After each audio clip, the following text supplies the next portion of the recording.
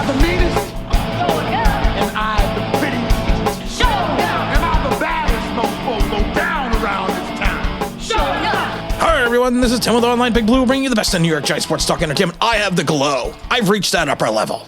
Oh, it's Tuesday, so you know what that means. 4 p.m. Eastern Standard Time. It's the Dahmer. It's Online Big Blue. The Duke of Funk. We are doing our normal 4 p.m. stream. It's fun. It's exciting. We started doing it a couple months ago, and people seemed to really enjoy it, and then we kind of caught on a little bit. So we're going to continue to do it even through the off season. So join us 4 p.m. Eastern Standard Time. The Duke of Funk. Online Big Blue, talking everything Giants. I actually rewatched the Super Bowl yesterday because sometimes you want to rewatch a game just to see some of the things you missed, some of the things that you probably didn't see the first go around. And I was sitting there thinking to myself, could the 2022 Giants have a turnaround that the 2021 Bengals had from their 2020 season? Now, the Bengals, of course, in 2020 went 4-11-1. Terrible team. Not a terrible team, but, you know, they of course lost their starting quarterback. Yeah, I mean, it was a bad year. It was not a good year for the Bengals. Especially considering you had Ryan Finley and Brandon Allen at one point as your starting quarterbacks. And then, of course, you also had you have Bernard, and I mean, it just did not look like a good year. It was not a good season. It looked like that Mike Brown had made a mistake by bringing in Zach Taylor. It looked like the whole thing was coming off the rails. And then, of course, they had the 2020 season. I should say 2021 season. We know where that kind of went from there. But if you take a look at the way this team was constructed, the Bengals, I mean, is it out of the realm of possibility that the Giants could do the same thing? Now, the first thing that the Giants are going to have to do is do what the Bengals did, and that's hit on their draft. I mean, you figure their first three picks are Joe Burrows, T. Higgins, and Logan Wilson, linebacker out of Wyoming. That's a pretty good draft.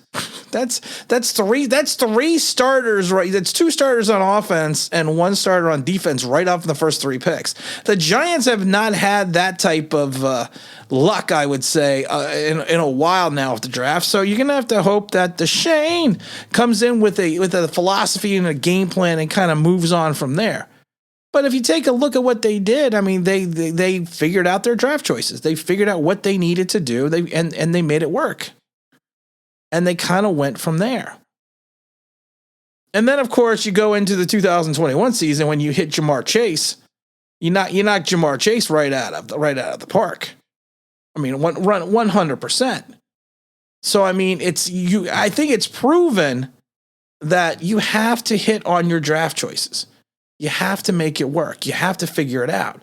Now, you also have to remember that this team in 2021 for Cincinnati had a horrible offensive line. Some would say they had a worse offensive line than the Giants, but the quarterback, and I've said this before, your quarterback can make up for the deficiencies of your offensive line. It's proven. It's a proven fact in the league. I've said it a million times, and I love how people still want to argue with me about it.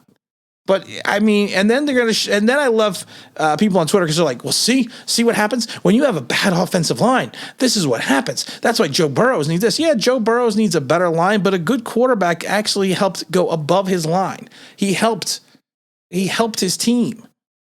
He was able to figure out what to do to make his receivers better, his running back better. I mean, a great quarterback can go a long way even with a bad offensive line, and I think that was proven by going to the Super Bowl with a bad offensive line. So if you take a look at the Giants, of course, in 2020, they actually, if you take a look at their first couple picks, Andrew Thomas looks like he's going to be a player. McKinney's going to be a player. Matt from Connecticut, who was a compensatory pick, is to me is just a waste of space. You figure Holmes will look somewhat reasonable. Shane Lemieux right now, the jury's out. Same with Cam Brown, Carter Coughlin, T.J. Brunson, and Tay Crowder. Tay Crowder to me is an undersized linebacker playing in the middle who shouldn't be playing there anyways. But we're moving forward with those picks as well. We're moving forward. We move forward, and that was coming off a 6-10 season. Now I am not gonna lie to you and tell you that the cupboard is old Mother Hubbard does not have a very full cupboard right here. If you take a look at the Giants going into the 2021 season, And then you also have to look at the draft for the Giants in 2021. Kadarius Toney. I still think the jury's out on him as well. Azeez Ojulari, he's a player. Aaron Robinson, I think we have to kind of just see where that goes with that. He's going to show some promise, I think. Emerson Smith, I love how people got all excited about him, 4th round, 116 pick to the Northern Iowa.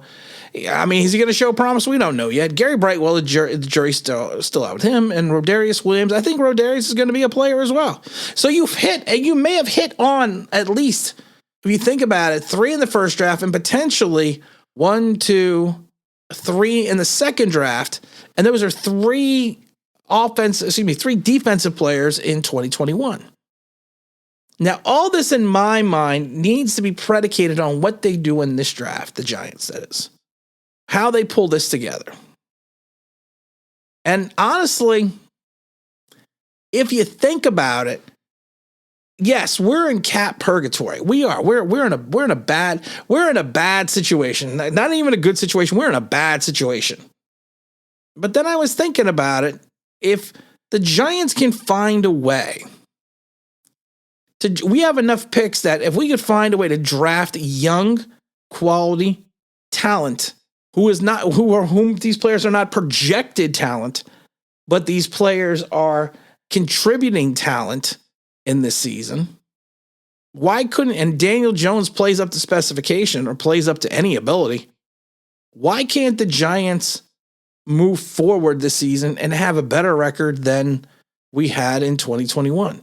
Now, a lot of this is a big ifs. I called the Giants a team of ifs last year. And there was a lot of ifs. There was a lot of ifs on this team, and there's still a lot of ifs.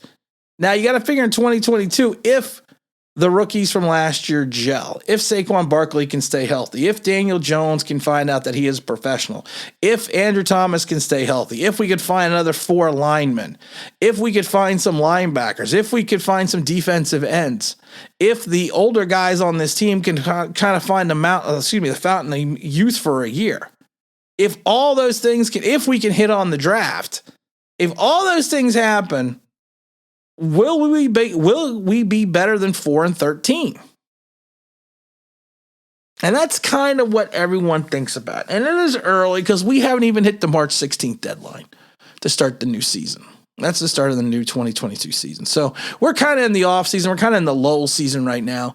But could the Giants, if they draft extremely well and figure out how they can get the most out of the talent they've picked up over the last couple years via the draft, could they make that paramount swing to maybe hit 500 or even make the playoffs? No. No, I'm going to be honest here. No, I don't see it. If everything goes and falls into place, and there's a lot of big ifs, you're probably still looking at a 6-win team. Because I think the biggest problem that we had as fans, or some people had as fans last year, is over-evaluating our talent. I've said it before. I love how people steal my line. People never took their fan cap off. They always had their fan cap on for the last 2 seasons. And honestly, it's annoying because of the fact that it shows that we don't have, and we said it before, realistic expectations. That's why I'm starting to love the Shane and the Dable. All they ever talk about is realistic expectations.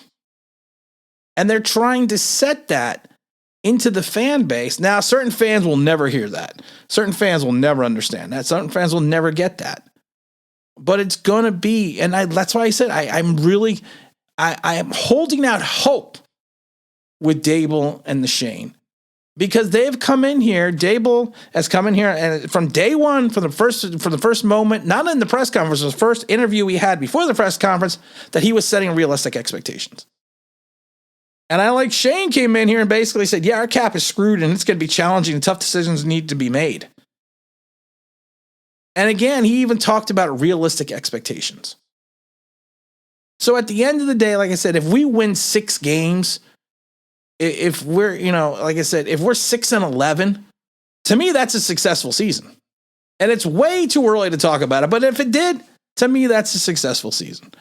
Of course, like I've mentioned before, we're going to have the big stream today at 4 p.m. Eastern Standard Time. Me and the Dahmer, the Duke of Funk, talking everything Giants, having a good time, having a blast. The gentlemen who won the gentlemen who won the ring over the last 2 times, I believe one got his ring yesterday, his replica Super Bowl ring, and another one is actually gone out, and they should be here later this week. So who knows? We may give away another Eli Manning 2007 replica ring. Haven't decided that yet, but please come and join us 4 p.m. Eastern Standard Time. It's the live stream. And again, this is Tim with Online Big Blue, bringing the best in New York Giants sports talk entertainment. And as always, if you could like, you can subscribe, ring that blinking wings, that'd be awesome.